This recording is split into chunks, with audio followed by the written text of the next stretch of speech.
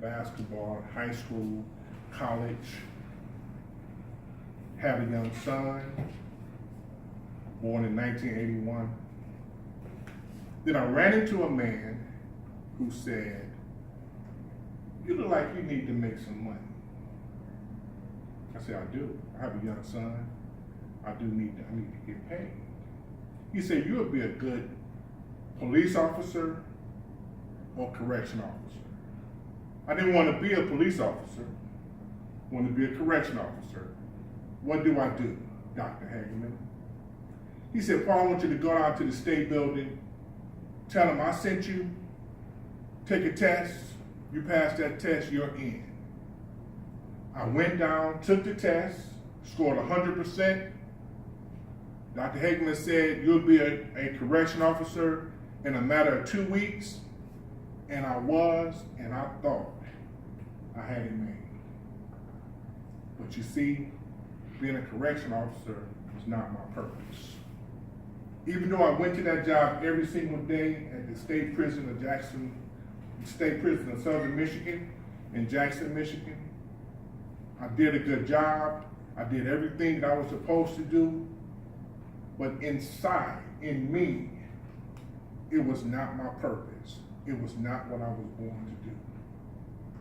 So then one day, I was riding with my mother, who was a registered nurse. We had to cash our paychecks.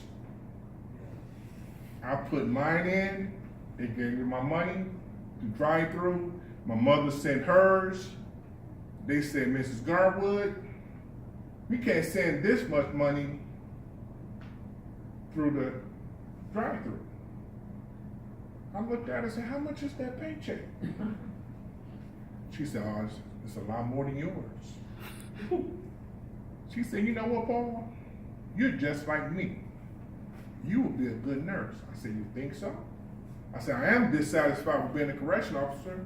What do I need to do?" She sent me down to Henry Ford. They had a nursing program. I got accepted into the nursing program. I was working as a nurse tech, getting good grades, on my way to be a nurse. I thought I had it made.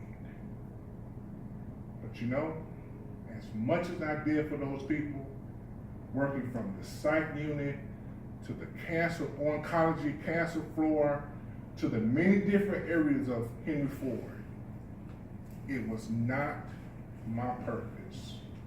It was not what I was born to do. Next, I'm still searching.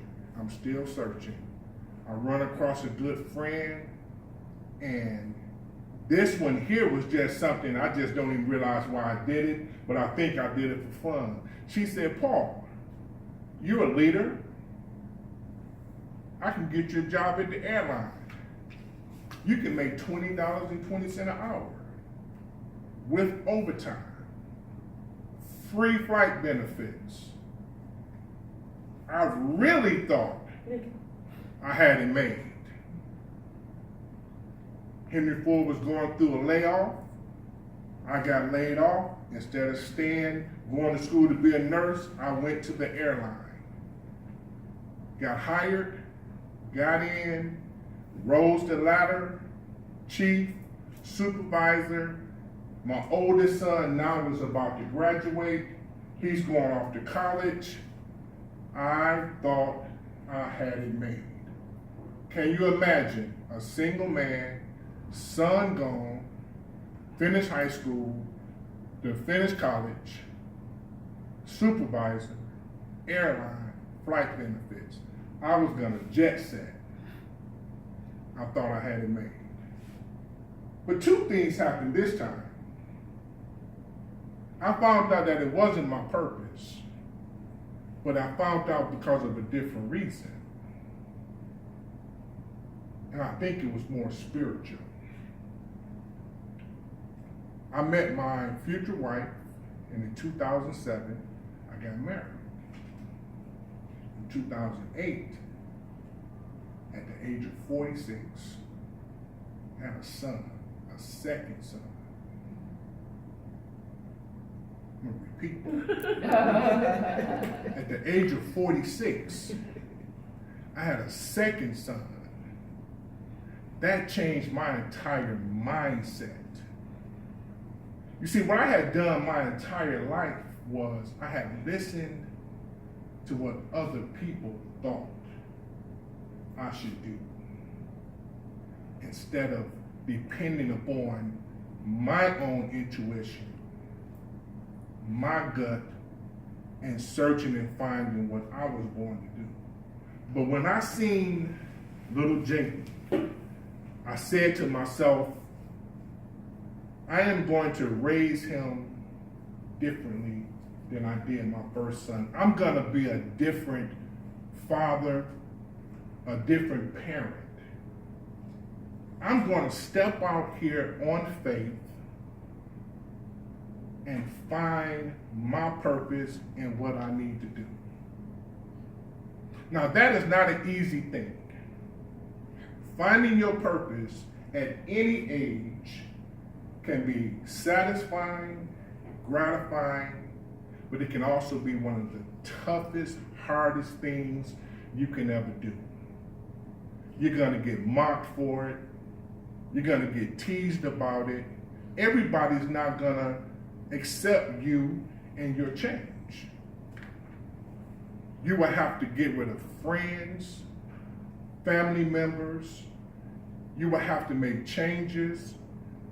You will have to be a person that does not worry about what other people think, because it's guaranteed everybody is not going to like what you're doing. But you have to stand fast. And that's what I did. So, going forward, I stepped out on faith. And when you step out on faith and when you do what you're meant to do, things will start to fall in place. Out of nowhere, my airline merged with another airline, which enabled me to retire and get a buyout. You see, this is what happens when you fall in line with what you really want to do in life. And this is the point I wanted to take. Once you learn your purpose and you realize that you're doing what you were born to do, things will start to fall in line. You will be able to connect the dots. That enabled me to go back to school to get my degree. That enabled me to be able to find my purpose, which is helping people through speaking and through coaching. It enabled me to have the time to do this. I'm setting an example for my son, for the community. And it's all because I didn't just feel like this is what I need to do because of what somebody else thinks. This is how I felt I needed to do because this is what I was supposed to do. So finally, instead of just saying, oh, I got it made, I had to reinvent and retransform my life. Now, in conclusion, I want to say that if you have to do this, your life is your own. You have to take ownership of your change. You have to take ownership of your own transformation. You have to take ownership of reinventing yourself and finding your purpose. You see, it's worth it. If you want to live a happy, fulfilled life, where you can wake up every day and be happy with doing what you want to do, you have to take ownership of it. This is yours and nobody else's. If I can do it, you can do it. Find your purpose, find your passion, and live that purpose-filled, driven, happy life. Thank you.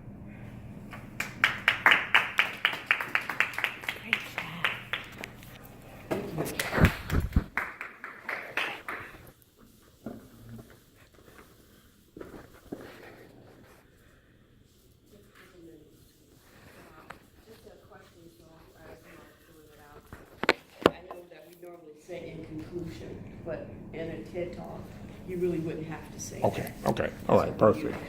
You reiterate your points. You might say, I want to leave you with this. Okay, okay. If there's something that I will want to put upon you